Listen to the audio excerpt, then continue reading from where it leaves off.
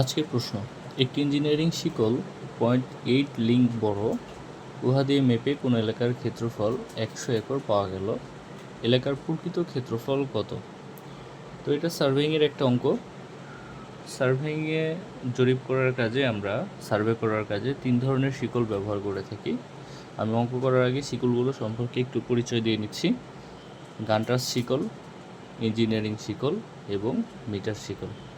যেখানে গান্টার্স শিকলের দৈর্ঘ্য হয়ে থাকে 66 ফিট, ইঞ্জিনিয়ারিং শিকলের দৈর্ঘ্য হয়ে থাকে 100 ফিট এবং মিটার শিকলের দৈর্ঘ্য হয়ে থাকে, এটা মিটার এককে, 20 মিটার, 25 মিটার এবং 30 মিটার। তো এই প্রত্যেকটিকে আবার প্রতি 100 ভাগে ভাগ করতে হয়। Incoming voice call from Robin Vaishwapno BN. তো এই 66 ফিটকে যদি আমি 100 ভাগে ভাগ করি, এর প্রতি ভাগকে বলবো আমরা 1 লিঙ্ক, তার মানে যেটা দাঁড়াবে 0.66 ফিট, এটাকে আমরা বলবো 1 লিঙ্ক। অর্থাৎ গান্টার শিকলের 1 লিঙ্ক সমান 0.66 ফিট। ঠিক এমনিভাবে ইঞ্জিনিয়ারিং শিকলটাও 100 ভাগে বিভক্ত, তার মানে এটার মান আসতেছে 1 ফিট, অর্থাৎ এর 1 লিঙ্ক 1 ফিটের সমান। আচ্ছা, মিটার শিকলে একটু ডিফারেন্স আছে, যেখানে 20 মিটার এবং 25 মিটার এই দুইটাকে 100 সমান 100 ভাগে ভাগ করা হয়, কিন্তু 30 মিটার শিকলটাকে 150 ভাগে ভাগ করা হয়। তাহলে 20 মিটারের যেটা, এটা যদি আমরা দশমিকে নিয়ে আসি,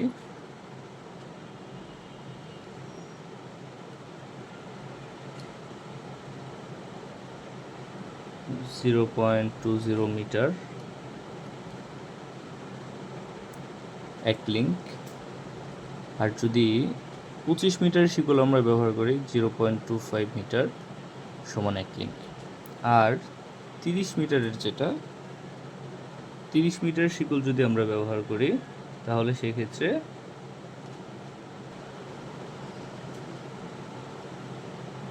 0.20 মিটার। অর্থাৎ 20 মিটার আর 30 মিটারের 1 লিঙ্কের দৈর্ঘ্য কিন্তু সেম, শুধু 25 মিটারের বেলায় এটা হচ্ছে 0.25 মিটার। আচ্ছা, এবার আমরা প্রশ্নে ফিরে যাই। প্রশ্নের মধ্যে খেয়াল করেন, একটি ইঞ্জিনিয়ারিং শিকল ব্যবহার করা হয়েছে, তার মানে এই পার্টটা এখানে 0.8 লিঙ্ক বড়, তার মানে এই শিকলটা যেই পরিমাপে ছিল 100 ফিট তার চেয়ে বড়, অর্থাৎ এটা তার আদর্শ দৈর্ঘ্য নয়। একটা শিকলের আদর্শ দৈর্ঘ্য কোনটা? যেটি শিকলের দৈর্ঘ্য 100 ফিট সেটা।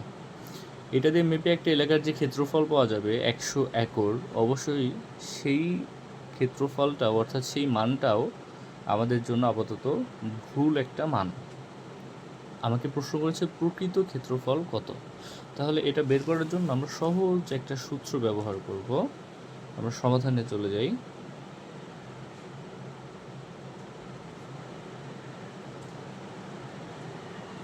বাংলায় যদি আমরা এভাবে লিখি, প্রকৃত ডিভাইডেড বাই আপাত সমান সমান আপাত ডিভাইডেড বাই প্রকৃত। অর্থাৎ এই প্রকৃতটা হলো আমাদের যে শিকলটা আছে, এই শিকলের প্রকৃত দৈর্ঘ্য ডিভাইডেড বাই আপাত দৈর্ঘ্য, এবং এইখানে ক্ষেত্রফল, যেটা আপাত ক্ষেত্রফল মানে ভুল মান যেটা পাওয়া গেছে ক্ষেত্রফলের, সেটা ডিভাইডেড বাই প্রকৃত ক্ষেত্রফল। তো আমাদেরকে প্রকৃত ক্ষেত্রফলটা বের করতে বলেছে। এটাকে আমরা আরও বিভিন্ন সূত্রে ব্যবহার করতে পারি, যেমন একটা শিকলের প্রকৃত দৈর্ঘ্য যেটা বা আদর্শ মান যেটা, যেহেতু এটা ইঞ্জিনিয়ারিং শিকল, তার মানে এটা অবশ্যই 100 ফিট হবে, যেটাকে আমরা এল দ্বারা প্রকাশ করতে পারি। আর এল প্রাইম দ্বারা আমরা এটার আপাত একটা মান সেটা প্রকাশ করতে পারি। কিভাবে? যেহেতু এটা 0.8 লিঙ্ক বড় আর আমার 1 লিঙ্ক সমান 1 ফিট, তাহলে 100 প্লাস 1 লিঙ্কে যদি 1 ফিট হয়, তাহলে 0.8 লিঙ্কে কত হবে? 0.8 গুণন 1, অর্থাৎ 8 ফিট। ওকে, আচ্ছা। আর যেই ক্ষেত্রফলটা পাওয়া গেছে, অবশ্যই এই শিকলটা যেহেতু বড় ছিল মানে ভুল ছিল, তার মানে এই ক্ষেত্রফলটা যেটা পাওয়া গেছে এটা ভুল ক্ষেত্রফল। তো এই ক্ষেত্রফলকে আমরা এরিয়া এর সংক্ষেপে এ দ্বারা প্রকাশ করি, এ প্রাইম। এটাকে আমরা লিখলাম 100 acre.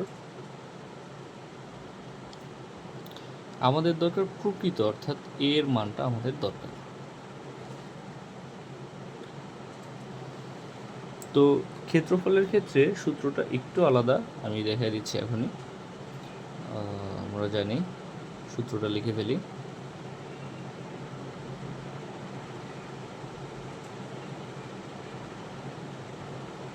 a divided a prime is equal l prime divided by l whole square। তো এখানে এ আমাদের মান দরকার, এটা এর মতো থাকবে। এ প্রাইমের মান দেয়া আছে 100, এল প্রাইমের মান দেয়া আছে 100.8 ডিভাইডেড বাই এল এর মান 100 হোল স্কোয়ার। তার মানে এর মান দাঁড়াবে,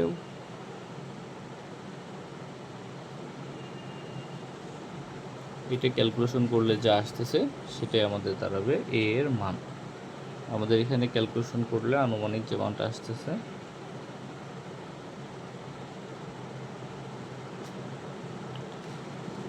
তো আশা করি অঙ্কটি খুবই সহজ একটা অঙ্ক।